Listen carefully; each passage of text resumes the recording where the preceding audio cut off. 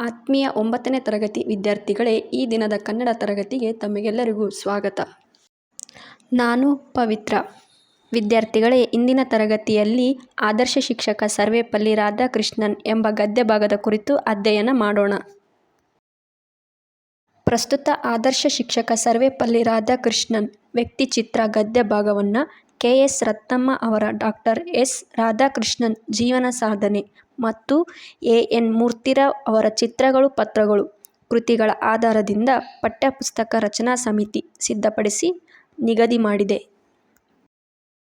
ಹಾಗಾದರೆ ಮಕ್ಕಳೇ, ಇಂದಿನ ತರಗತಿಯಲ್ಲಿ ನಾವು ರಾಧಾಕೃಷ್ಣನ್ ರವರ ಕುರಿತು ಸ್ಟಾಲಿನ್ ಮಾತುಗಳು, ರಾಧಾಕೃಷ್ಣನ್ ಮತ್ತು ಸ್ಟಾಲಿನ್ ರವರ ಸಂಬಂಧ, ರಾಧಾಕೃಷ್ಣನ್ ರವರ ಜೀವನದ ಬಗ್ಗೆ ನಾವು ತಿಳಿದುಕೊಳ್ಳೋಣ. ಸರಿ, ಹಾಗಿದ್ರೆ ಬನ್ನಿ ಗದ್ಯ ಭಾಗವನ್ನು ಪ್ರಾರಂಭ ಮಾಡೋಣ. ನಿಮಗೆ ಒಂದು ವಿಚಾರವನ್ನು ತಿಳಿಸಬೇಕು. ರಾಧಾಕೃಷ್ಣನವರ ವ್ಯಕ್ತಿತ್ವ ಹೇಗಿತ್ತು ಅನ್ನೋದನ್ನು ನೋಡುವುದಾದರೆ, ರಾಧಾಕೃಷ್ಣನವರು ರಷ್ಯಾ ದೇಶದ ರಾಯಭಾರಿಯಾಗಿದ್ದರು. ಯಾವಾಗ ಗೊತ್ತಾ? 1947ರಲ್ಲಿ ಭಾರತಕ್ಕೆ ಸ್ವತಂತ್ರ ಸಿಕ್ಕಾಗ ಭಾರತದ ಪ್ರಧಾನಮಂತ್ರಿ ಆಗಿದ್ದ ನೆಹರೂರವರು ರಷ್ಯಾ ದೇಶಕ್ಕೆ ರಾಧಾಕೃಷ್ಣನ್ರವರನ್ನು ರಾಯಭಾರಿಯಾಗಿ ನೇಮಿಸಿರ್ತಾರೆ. ರಷ್ಯಾ ದೇಶದಲ್ಲಿ ಆಗಿನ ಅಧ್ಯಕ್ಷರು ಯಾರಂದರೆ ಸ್ಟಾಲಿನ್ ರವರು. ಸ್ಟಾಲಿನ್ ಒಬ್ಬ ಸರ್ವಾಧಿಕಾರಿಯಾಗಿದ್ದರು. ಸರ್ವಾಧಿಕಾರಿಯಾಗೋದ್ರಿಂದ ಅವ್ರ ಜೊತೆ ನಿಂತು ಮಾತಾಡೋದಕ್ಕೂ ಕೂಡ ಆ ದೇಶದ ಉನ್ನತಾಧಿಕಾರಿಗಳೇ ಹೆದರ್ತಾ ಇದ್ದರು. ರಾಧಾಕೃಷ್ಣನವರು ರಾಯಭಾರಿಯಾಗಿ ರಷ್ಯಕ್ಕೆ ಹೋಗಿ ತಮ್ಮ ಇಡೀ ಕೆಲಸವನ್ನು ಮುಗಿಸಿ ಕೊನೆಗೆ ಭಾರತಕ್ಕೆ ಮರಳುವಾಗ ಅವರಿಗೆ ಬೀಳ್ಕೊಡುಗೆ ಸಮಾರಂಭವನ್ನು ಸ್ಟಾಲಿನ್ ರವರು ಏರ್ಪಡಿಸಿರ್ತಾರೆ. ಆ ಬೀಳ್ಕೊಡುಗೆ ಸಮಾರಂಭದಲ್ಲಿ ಸ್ಟಾಲಿನ್ ರವರು ರಾಧಾಕೃಷ್ಣನವರ ಕುರಿತು ಯಾವ ಮಾತುಗಳನ್ನು ಹೇಳ್ತಾರೆ ಅಂದರೆ, ನೀವೊಬ್ಬರೇ ನನ್ನನ್ನು ಒಬ್ಬ ಮನುಷ್ಯನಂತೆ ಕಂಡು ವರ್ತಿಸಿದವರು. ನೀವು ನಮ್ಮನ್ನು ಬಿಟ್ಟು ಹೋಗುತ್ತಿರುವಿರಿ. ನನಗೆ ಇದು ದುಃಖ ನೀಡಿದೆ. ನೀವು ಹೆಚ್ಚು ಕಾಲ ಬಾಳಬೇಕೆಂಬುದೇ ನನ್ನ ಆಸೆ. ನಾನು ಹೆಚ್ಚು ಕಾಲ ಬಾಳುವುದಿಲ್ಲ. ರಷ್ಯಾ ದೇಶದ ಅಧ್ಯಕ್ಷ ಸ್ಟಾಲಿನ್ ಅವರು ರಾಧಾಕೃಷ್ಣನ್ ಅವರಿಗೆ ಮಾಸ್ಕೋದಲ್ಲಿ ನೀಡಿದ ಬೀಳ್ಕೊಡುಗೆ ಸಮಾರಂಭದಲ್ಲಿ ಹೀಗೆ ಹೇಳಿದರು. ಎಂತಹ ಅದ್ಭುತ ಮಾತುಗಳು ಇವು! ರಾಧಾಕೃಷ್ಣನ್ ಅವರಿಗೆ ಸಲ್ಲಬೇಕಾಗಿದ್ದೇ. ಅಷ್ಟೇ ಅಲ್ಲದೆ ಅವರು ಇನ್ನೊಂದು ಮಾತನ್ನು ಕೂಡ ಸ್ಮರಿಸಿಕೊಳ್ತಾರೆ. ಅದೇನೆಂದರೆ, ಅಷ್ಟೇ ಅಲ್ಲ, ಅಶೋಕನು ಕಳಿಂಗ ಯುದ್ಧದ ಅನಂತರ ಶ್ರೇಷ್ಠ ಮನುಷ್ಯನಾದಂತೆ ನೀವೂ ಆಗುವಿರಿ ಎಂದು ತಮ್ಮ ಪ್ರಥಮ ಭೇಟಿಯಲ್ಲಿ ರಾಧಾಕೃಷ್ಣನ್ ಹೇಳಿದ ಮಾತುಗಳನ್ನು ಸ್ಮರಿಸಿಕೊಂಡರು.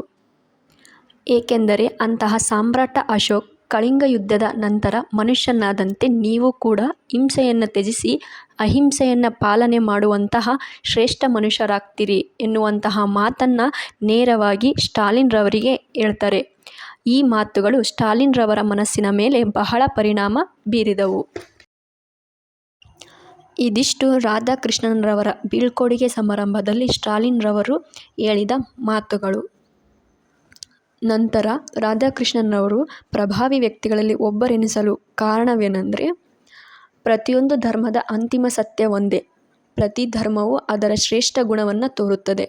ಅದನ್ನು ಅಳವಡಿಸಿಕೊಂಡಾಗ ಯಾವುದೇ ಧರ್ಮದ ಅಸಾಮಾನ್ಯತೆಯ ಅರಿವಾಗುವುದೆಂಬ ವಿಷಯವನ್ನು ಅವರು ಎಲ್ಲ ಧರ್ಮಗಳ ಆಳವಾದ ಅಧ್ಯಯನದಿಂದ ಸಾಧಿಸಿ ತೋರಿಸಿದರು. ರಾಧಾಕೃಷ್ಣನ್ ತಮ್ಮ ವಿದ್ವತ್ ತಪದ ಫಲವಾಗಿ ಯುಗದ ಪರಿವರ್ತನಾಶೀಲ ಪ್ರಭಾವಿ ವ್ಯಕ್ತಿಗಳಲ್ಲಿ ಒಬ್ಬರೆನಿಸಿದರು. ಇಲ್ಲಿಯವರೆಗೂ ನಾವು ರಾಧಾಕೃಷ್ಣನ್ ರವರ ವ್ಯಕ್ತಿತ್ವದ ಬಗ್ಗೆ ನೋಡಿದ್ವಿ. ಹಾಗಾದರೆ ರಾಧಾಕೃಷ್ಣನ್ ರವರು ಎಲ್ಲಿ ಜನಿಸಿದರು, ಯಾವಾಗ ಜನಿಸಿದರು, ಅವರ ತಂದೆ ತಾಯಿ ಯಾರು ಎಂಬುದನ್ನು ನೋಡೋಣ. ರಾಧಾಕೃಷ್ಣನ್ ಅವರು ಆಂಧ್ರ ಪ್ರದೇಶದ ಈಗಿನ ಸೀಮಾಂಧ್ರ ಮತ್ತು ತಮಿಳುನಾಡಿನ ಗಡಿಯಲ್ಲಿರುವ ತಿರುತ್ತಣಿ ಎಂಬ ಪುಟ್ಟ ಗ್ರಾಮದಲ್ಲಿ ಕ್ರಿಸ್ತ.ಶಕ 1888 ಸೆಪ್ಟೆಂಬರ್ 5ರಂದು ಜನಿಸಿದರು. ತಂದೆ ವೀರಸ್ವಾಮಿ, ತಾಯಿ ಸೀತಮ್ಮ. ಅವರ ಮುತ್ತಜ್ಜ ವೀರಸ್ವಾಮಿ ಆಂಧ್ರದ ಸರ್ವೇಪಲ್ಲಿಯಿಂದ ತಮಿಳುನಾಡಿನ ತಿರುತ್ತಣಿಗೆ ಬಂದು ನೆಲೆಸಿದರು. ಪತ್ನಿ ಶಿವಕಾಮು. ಇವರು ರಾಧಾಕೃಷ್ಣನ್ ಅವರ ಸಾಧನೆಯಲ್ಲಿ ವಿಶೇಷ ಸಹಕಾರ ನೀಡಿದರು. ಇಲ್ಲಿಯವರೆಗೂ ನಾವು ರಾಧಾಕೃಷ್ಣನ್ ರವರ ವ್ಯಕ್ತಿತ್ವ ಮತ್ತು ಅವರ ಜೀವನದ ಬಗ್ಗೆ ಕುರಿತು ತಿಳಿದುಕೊಂಡೆವು. ಮುಂದಿನ ತರಗತಿಯಲ್ಲಿ ರಾಧಾಕೃಷ್ಣನ್ ರವರ ಶೈಕ್ಷಣಿಕ ಜೀವನದ ಕುರಿತು ಅಭ್ಯಾಸ ಮಾಡೋಣ.